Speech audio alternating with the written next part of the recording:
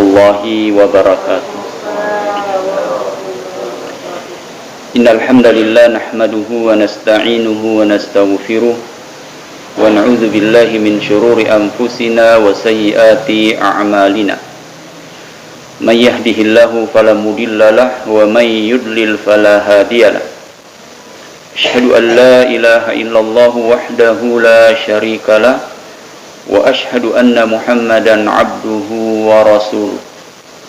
Allahumma salli wa sallim wa barik ala nabiyyina Muhammad wa ala alihi wa ashabihi wa man tabi'ahum bi ihsanin ila yaumidin, amma ba'd. Jamaah salat subuh yang dimuliakan oleh Allah Subhanahu wa taala, kembali kita lanjutkan kajian kita, kajian tafsir dan tadabbur surah Al-Kahfi. Dan pada subuh kali ini kita masuk pada ayat yang ke-8. Allah Subhanahu wa taala berfirman, "Wa inna laja'iluna ma 'alaiha sa'idan juruza." Wa inna, dan sesungguhnya, laja'iluna, kami benar-benar akan menjadikan, ma, apa, 'alaiha, yang di atasnya, sa'idan, menjadi tanah, juruza, yang lagi tandus. Ini yang akan kita kaji pada subuh kali ini. Di sini ada kata sa'idan, itu maknanya adalah tanah yang rata. Kemudian juruza maknanya adalah tandus. Apa perkataan para ulama kita tentang ayat ini? Tentu sebelumnya ini berkaitan dengan ayat yang ke-7. Ayat yang ke-7 kita jelaskan, 7 dan 6, tentang pahala, kebaikan, kemudian ganjaran dari kebaikan yang mereka lakukan berupa syurga, dan mereka kekal di dalamnya. Kemudian Allah Subhanahu wa taala menyebutkan tentang dunia dan segala perhiasan-perhiasannya, dan itu yang menghiasi kehidupan dunia, baik itu berupa tumbuh-tumbuhan, tanaman, dan lain sebagainya. Kemudian di ayat ini, ayat yang ke-8, mulai akan menjelaskan bahwa semua perhiasan yang ada di dunia itu tidak kekal, tidak abadi. Suatu saat nanti Allah Subhanahu wa taala akan menghilangkannya. Ya. Sebagaimana di ayat ini disebutkan sa'idan juruza, kembali akan menjadi rata seperti tanah yang tandus. Seakan-akan dunia itu tidak ada lagi isinya, kecuali hanya tanah saja, tidak ada lagi hiasannya. Ini menunjukkan bahwa dunia ini dan segala apa yang ada di sisinya adalah sesuatu yang fana, atau sesuatu yang akan sirna, ya, sesuatu yang akan sirna, sesuatu yang akan berakhir, sesuatu yang akan berakhir. Sehingga sangat merugi seseorang ketika tujuan dia di dunia ini hanya mengejar itu semata, menghabiskan waktunya yang diberikan oleh Allah hanya untuk mengejar apa yang ada di dunia ini. Lalu dia merupakan kampung asalnya yaitu di negeri akhirat. Itulah yang kekal di negeri akhirat. Dan manusia semuanya berasal dari sana. Pada awalnya Adam alaihissalam berasal dari syurga, karena diuji oleh Allah subhanahu wa ta'ala dan tidak sanggup melewati ujian. Dengan hikmahnya Allah menurunkan ke dunia ini. Namun dunia ini hanya sementara, hanya persinggahan saja, dan semua orang pasti akan meninggalkan dunia ini entah kapan dan di mana. Itu sesuatu yang sudah ditetapkan, tinggal menunggu saja. Tinggal menunggu saja kapan giliran dia dipanggil oleh Allah subhanahu wa ta'ala. Maka hendaknya setiap orang itu banyak-banyak zikrul maut, mengingat kematian, karena itu pasti datang. Kalau itu yang selalu diingat oleh seseorang, maka dia juga akan menyibukkan diri untuk mengingat kampung halamannya, atau mempersiapkan bekal yang akan dia bawa nanti menghadap kepada Allah. Imam Hasan Al-Basri rahimahullah mengatakan, wa alimtu bi anna al-mauta yantaziruni fa'adattu zada li liqa'i rabbi. Saya yakin bahwa kematian itu sedang menunggu saya. Jadi kita semua sedang ditunggu oleh kematian. Kapan datang kita tidak tahu. Cuman ada yang disebutkan tanda-tandanya. Seperti ketika Nabi Daud berkata kepada malakul maut, malaikat maut,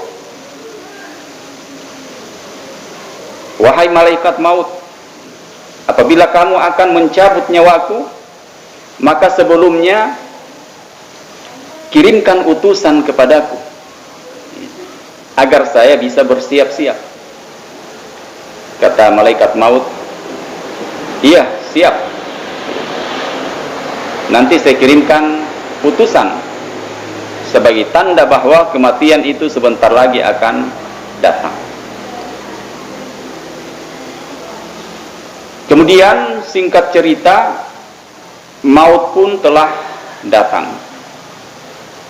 Malaikat maut kembali datang untuk mengambil atau mencabut nyawa dari Nabi Daud, tentu atas izin dan perintah Allah subhanahu wa ta'ala. Apa kata Nabi Daud? Bukankah saya pernah mengatakan kepadamu untuk mengirimkan utusan terlebih dahulu sebelum datang mencabut nyawaku? Kata malaikat maut, saya sudah kirim 3 utusan saya.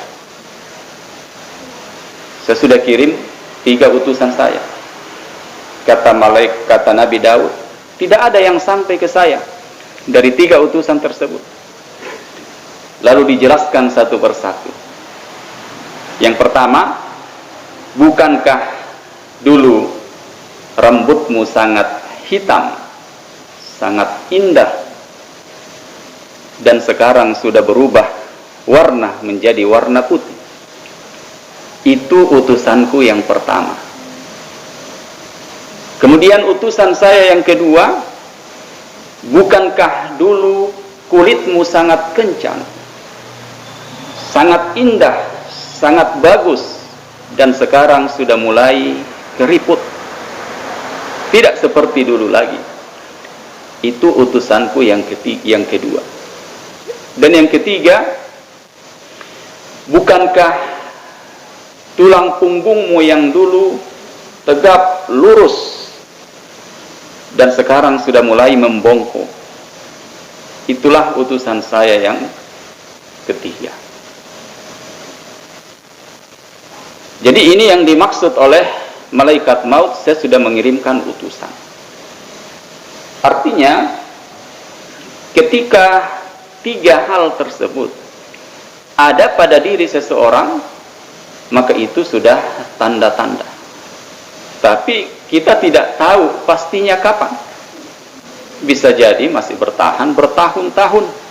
bisa jadi yang masih muda yang lebih duluan. Karena masalah ajal itu adalah rahasia Allah Subhanahu wa ta'ala. Cuman ketika ada tanda-tanda seperti itu, maka sebaiknya, bahkan seharusnya, seseorang lebih siap lagi untuk menghadap Allah Subhanahu wa ta'ala dengan memperbanyak bekal. Bekal apa yang dimaksud?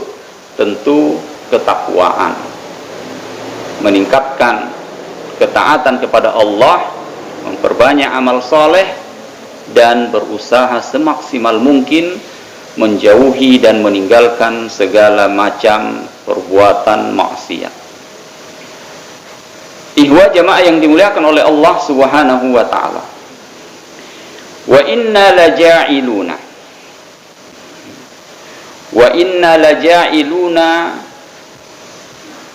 ma 'alaiha sa'idan juruza. Di sini Allah Subhanahu wa ta'ala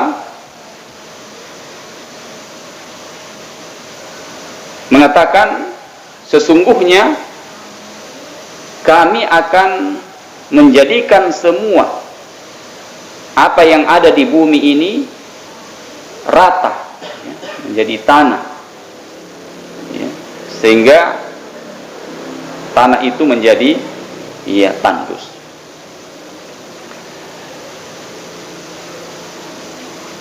Kenikmatan-kenikmatan yang kita sebutkan tadi, atau perhiasan-perhiasan dunia, termasuk sungai-sungai yang mengalir di atasnya. Kita di Kalimantan ini, Kaltim, ada sungai Mahakam.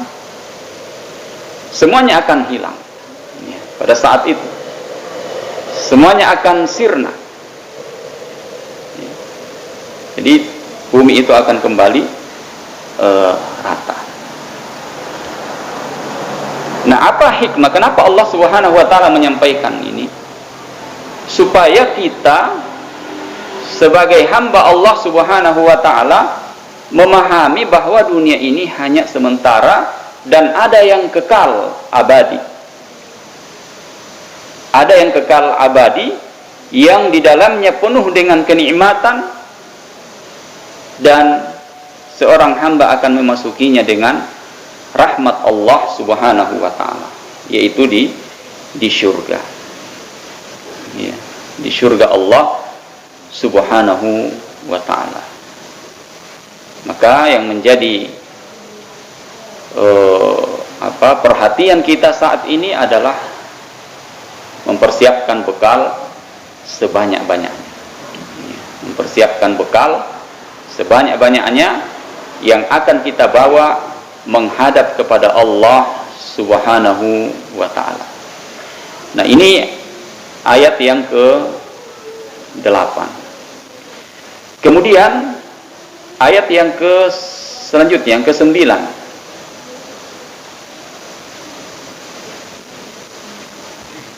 Allah Subhanahu wa ta'ala berfirman, am hasibta anna ashabal kahfi warraqimi kanu min ayatina ajaba. Am hasibta, ataukah kamu mengira, atau apakah kamu mengira, atau am kalau dalam bahasa Arab sama dengan au, atau hasibta, kamu mengira, kamu menyangka, anna, bahwasanya ashabal kahfi, orang-orang yang mendiami gua, al-kahfi, warraqim, yang mempunyai ar-raqim, nanti kita jelaskan apa makna ar-raqim. Kanu min ayatina ajaba, mereka termasuk tanda-tanda kekuasaan kami yang mengherankan. Termasuk tanda-tanda kekuasaan Allah Subhanahu wa ta'ala yang mengherankan. Ayat ini, ayat yang ke-9, dimulai dengan istifham atau kata tanya. Am hasibta, apakah ataukah kamu mengira, menyangka. Istifham atau pertanyaan dalam ayat ini ditujukan untuk larangan atau peniadaan. Maksudnya apa? Jangan menyangka bahwa Ashabul Kahfi atau kisah Ashabul Kahfi, penghuni gua itu, dan peristiwa yang terjadi pada mereka adalah perkara yang aneh pada tanda-tanda kekuasaan Allah dan perkara yang mengagumkan pada hikmahnya. Jadi jangan menyangka. Ya. Jadi ini maknanya. Allah Subhanahu wa ta'ala tentu memiliki tanda-tanda kekuasaannya. Jadi semua peristiwa-peristiwa yang kita alami atau yang terjadi di dunia ini itu sebenarnya adalah bagian dari tanda-tanda kekuasaan Allah. Karena semua itu bisa terjadi dengan izin Allah. Maka sebagai seorang mukmin, dia harus selalu mengambil ibrah, pelajaran pada setiap peristiwa yang terjadi, terutama mengagungkan Allah Subhanahu wa ta'ala. Itu diantara hikmahnya. Namun sangat disayangkan di zaman kita ini masih banyak orang ketika diberikan peristiwa atau ujian-ujian, justru mereka semakin jauh dari Allah. Yang seharusnya ketika ada peristiwa seperti itu mereka kembali kepada Allah, kembali mengagungkan, membesarkan Allah Subhanahu wa ta'ala. Malah ada yang semakin musyrik, semakin syirik, datang ke tempat-tempat yang dianggap bisa menyelesaikan mereka dari atau menyelamatkan mereka dari peristiwa dahsyat tersebut. Jadi semua peristiwa-peristiwa itu ada hikmah dan di situ ada tanda-tanda kekuasaan Allah Subhanahu wa ta'ala. Termasuk peristiwa Ashab Al-Kahfi. Ya. Jadi Allah Subhanahu wa ta'ala senantiasa memperlihatkan kepada hamba-hambanya tanda-tanda kekuasaannya, baik itu di langit maupun yang di bumi. Ya. Jadi ada saja tanda-tanda yang diperlihatkan oleh Allah akan kekuasaannya. Bukan cuma di langit dan di bumi, bahkan pada diri kita juga terdapat tanda-tanda kekuasaan Allah. Allah berfirman, wa fi anfusikum afala tubsirun. Dan pada diri kalian, tidakkah kalian memperhatikan? Tidakkah kalian melihat? Tidakkah kalian memikirkan tanda-tanda kebesaran Allah yang ada pada diri kalian? Jadi pada diri kita sangat banyak terdapat tanda-tanda kebesaran Allah Subhanahu wa ta'ala, dan itu bisa kita renungi semua supaya kita semakin mengagungkan, mengesahkan Allah Subhanahu wa ta'ala. Allah berikan penglihatan, Allah berikan telinga, Allah berikan tangan, dan yang paling penting semua itu, Allah berikan akal, Allah berikan hati, supaya kita bisa membedakan mana yang baik, mana yang buruk. Dan akal inilah salah satu letak kemuliaan umat manusia, yang membedakan dengan makhluk yang lain. Namun sangat disayangkan, masih banyak yang belum memanfaatkan akalnya dengan sebaik-baiknya. Akal sehat ketika dimanfaatkan dengan sebaik-baiknya, maka dia senantiasa mengarahkan kepada yang baik, perbuatan-perbuatan yang baik tidak pernah bertentangan dengan dalil-dalil syar'i. Itu kata para ulama kita, dalil-dalil naqli. Jadi dalil akal itu tidak pernah bertentangan. Dia senantiasa sejalan. Dia senantiasa sejalan dengan dalil-dalil naqli atau dalil-dalil yang ada dalam Al-Quran dan sunnah Nabi Sallallahu Alaihi Wasallam. Itu adalah tanda kekuasaan Allah, tanda kebesaran Allah. Bahkan Allah Subhanahu wa taala mengatakan, "Wallahu akhrajakum min butuni ummahatikum la ta'lamuna syai'a."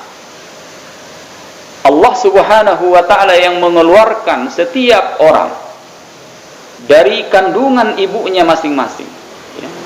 Dia dikandung selama 9 bulan. Kemudian yang mengeluarkan siapa? Allah. Allah Subhanahu wa taala. Adapun para tenaga medis itu hanya sebab mereka membantu. Tapi Allah yang mengeluarkan. Dan setiap yang lahir dalam keadaan la ta'lamuna syai'a, tidak mengetahui sesuatu apapun. Semua kita ketika baru lahir keluar dari perut ibu tidak mengetahui apa-apa. Paling cuma bisa menangis. La ta'lamuna syai'a. Lalu di situ mulai Allah Subhanahu wa taala memperlihatkan kekuasaannya dengan memberikan pendengaran. Wa ja'ala lakumus sam'a, diberikan pendengaran. Wal absar, kemudian diberikan penglihatan. Wal afidah, diberikan hati. Ini semua adalah anugerah yang Allah Subhanahu wa taala berikan kepada hamba-hambanya tanpa terkecuali. Semua diberikan. Allah Subhanahu wa taala cuman meminta kepada kita untuk bersyukur. Makanya di akhir ayatnya, la'allakum tashkurun. Mudah-mudahan kalian bersyukur. Mudah-mudahan kalian bersyukur. Artinya melihat semua itu sebagai anugerah dari Allah, pemberian dari Allah. Dan ketika seseorang meyakini, mensyukuri bahwa itu adalah pemberian dari Allah, berarti mereka juga akan semakin mengagungkan Allah Subhanahu wa taala. Semakin mengagungkan Allah Subhanahu wa ta'ala. Jadi pada diri kita sendiri terdapat tanda kebesaran Allah Subhanahu wa ta'ala.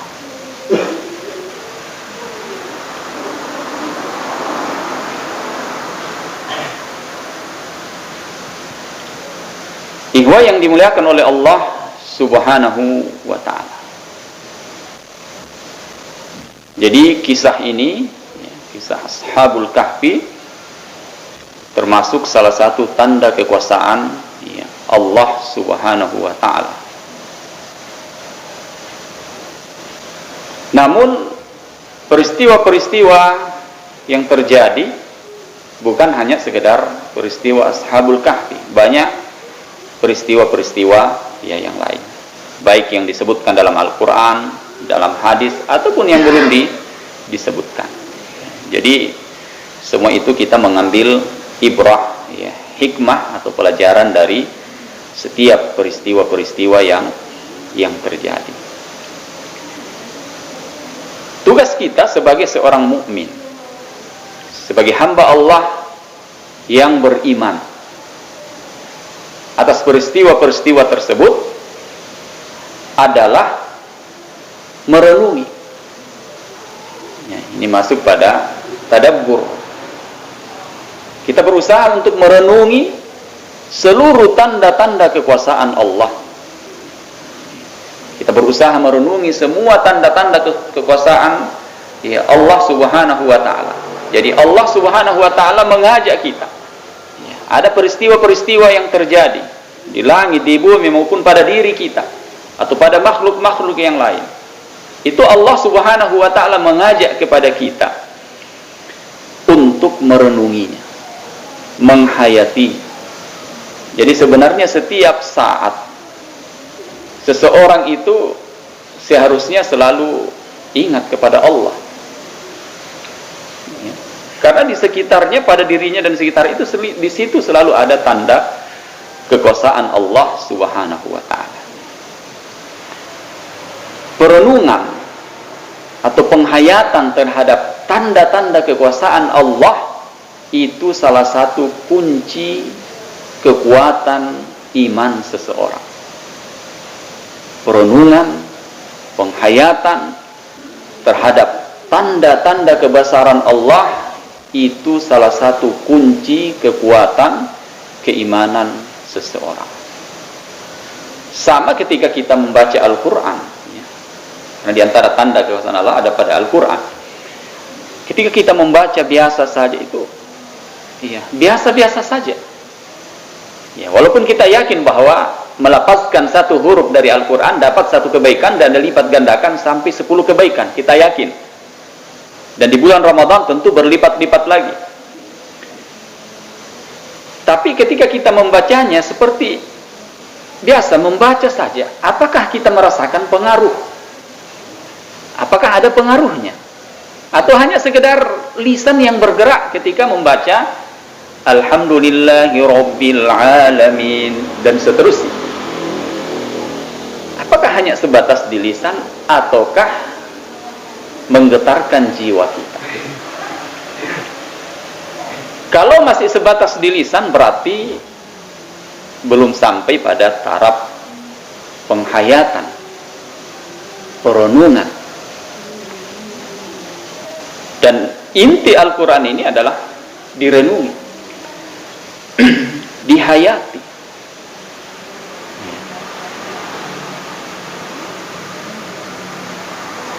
Itulah yang menggetarkan jiwa seseorang. Sebagaimana firman Allah, innamal mu'minuna allazina idza dzukirallahu wajilat qulubuhum wa idza tuliyat alaihim ayatuhu zadatuhum imana wa idza tuliyat alaihim ayatihi zadatuhum imana. Orang-orang yang beriman itu apabila disebut lafzul jalalah, nama Allah, gemetar hati, gemetar, karena mereka sudah sampai pada taraf penghayatan, pengagungan. Jadi setiap mendengar nama Allah gemetar hati. Sudah pengaruhnya luar biasa. Pengaruhnya luar biasa. Ini baru dengar nama Allah.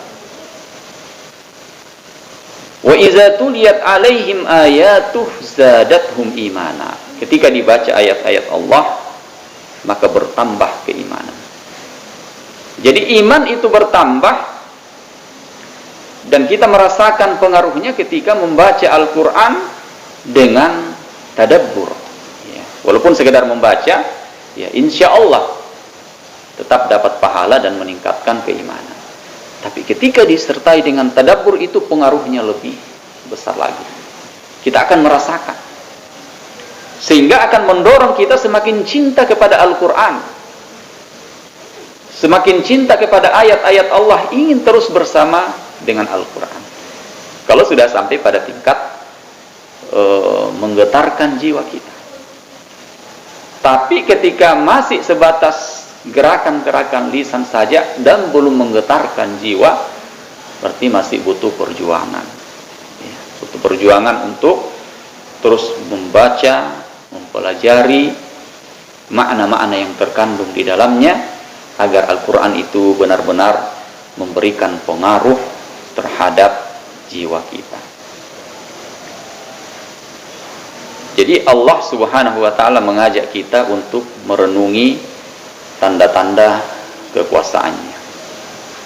Karena itu adalah kunci keimanan. Kemudian dengan merenungi dan menghayati tanda-tanda kekuasaan Allah Subhanahu wa taala atau peristiwa-peristiwa yang terjadi, itu akan mengantarkan kepada kita kepada al-ma'rifah, pengetahuan, ilmu. Jadi kita semakin tahu, semakin mengenal roh kita. Ya, karena nanti ketika diperlihatkan baru dia mau mengenal, baru dia tahu, oh ternyata. Ya, tapi kalau hanya sebatas cerita-cerita, disampaikan dalil-dalil bahwa ada yang seperti ini, berlalu saja. Tapi ketika sudah diperlihatkan secara langsung, baru dia mengetahui, oh ternyata benar. Kemudian dia juga semakin yakin, mengantarkan dia kepada keyakinan. Jadi ilmu dan keyakinan. Ya, jadi nanti seseorang mengetahui atau mengakui dan meyakini ketika ya ada peristiwa. Nah, itulah pentingnya perenungan ketika ada peristiwa-peristiwa yang terjadi, supaya kita semakin yakin.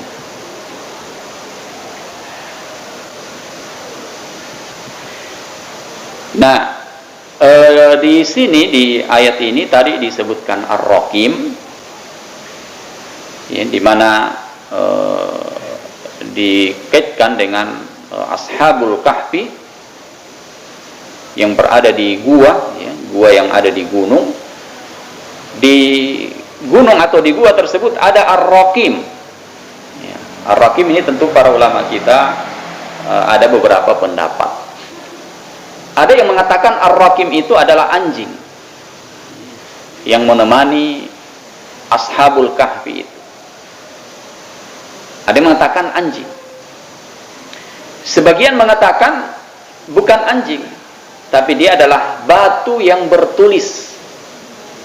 Ya, batu yang ada tulisannya. Ya, maksudnya tulisan yang ada di batu itu adalah nasab-nasab mereka, ya, yang ada di gua itu, ya, Ashabul Kahfi, penghuni gua yang ada dalam gua. Jadi nasab-nasab mereka ada di batu tersebut. Jadi dituliskan di batu. Ya, jadi ini antara makna dari Ar-Raqim, ya. Ya, Ar-Raqim yang terdapat dalam ayat ini.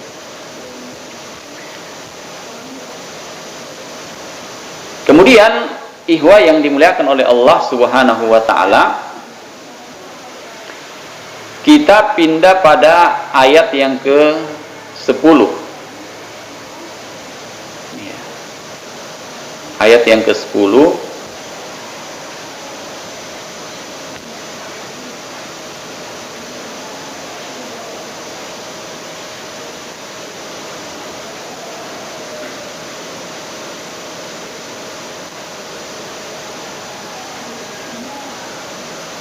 Iya. Ya, atau kita cukupkan dulu, sudah jam 6. Ya. Kalau ada yang ingin ditanyakan, silahkan. Ya. Insya Allah besok kita jelaskan ayat yang ke-10 ini, ya, terkait dengan pemuda yang menuju kepada gua tersebut, ya, Ashabul Kahfi, ya, para pemuda-pemuda.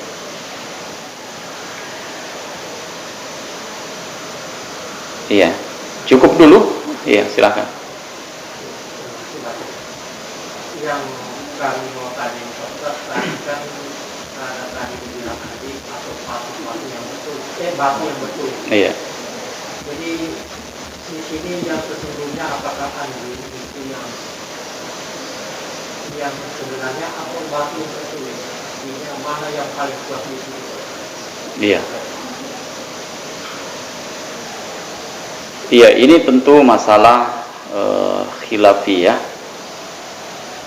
dan para ahli tafsir kita berbeda pendapat dalam masalah ini. Allahu alam, ya, tentang mana yang paling kuat, ya, Allahu alam. Ya. Saya berusaha mencari, belum ketemu. Ya, intinya para ulama kita memberikan penafsiran bahwa Ar-Rakim, ada yang mengatakan anjing, ada yang mengatakan batu yang tertulis, ada juga yang mengatakan bahwa Ar-Rakim itu adalah nama sebuah negeri atau sebuah lembah. Ya, ada yang mengatakan seperti itu, ya, bahwa dia adalah nama sebuah negeri, ya, atau lembah. Ya, jadi ini penafsiran para ulama kita. Ya, intinya kan pelajarannya yang sebelumnya tadi, bagaimana kita mengambil pelajaran pada peristiwa-peristiwa yang terjadi, bahwa di situ ada keagungan Allah, ada kebesaran Allah, sehingga kita berusaha merenungi, menghayati peristiwa tersebut agar pengetahuan kita, iman kita, keyakinan kita semakin bertambah dan semakin kuat. Iya, hikmahnya di situ, pelajarannya di situ. Iya. Allahu a'lam.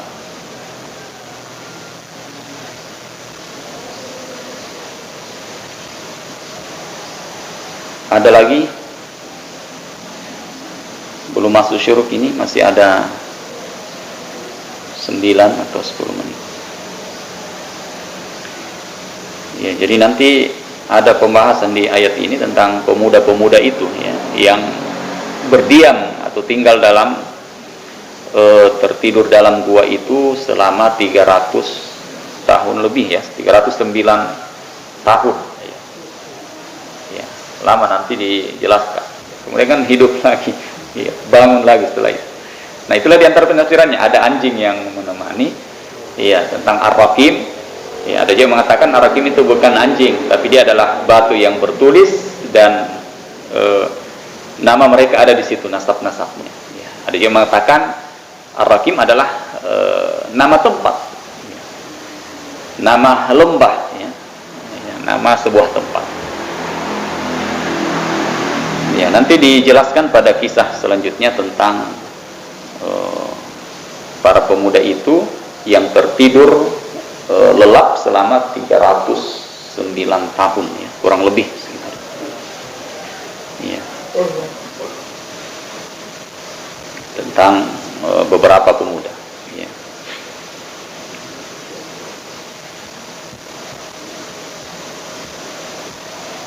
Jadi kalau kisah-kisah itu, Al-Quran kan diantara yang disebutkan situ 3 isi kandungan Al-Quran, salah satunya adalah kisah. Iya, salah satunya adalah kisah.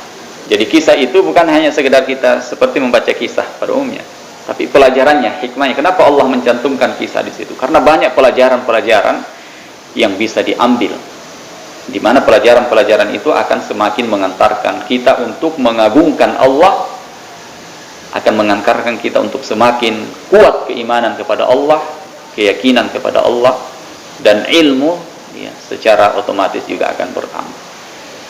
Ya, sekira cukup.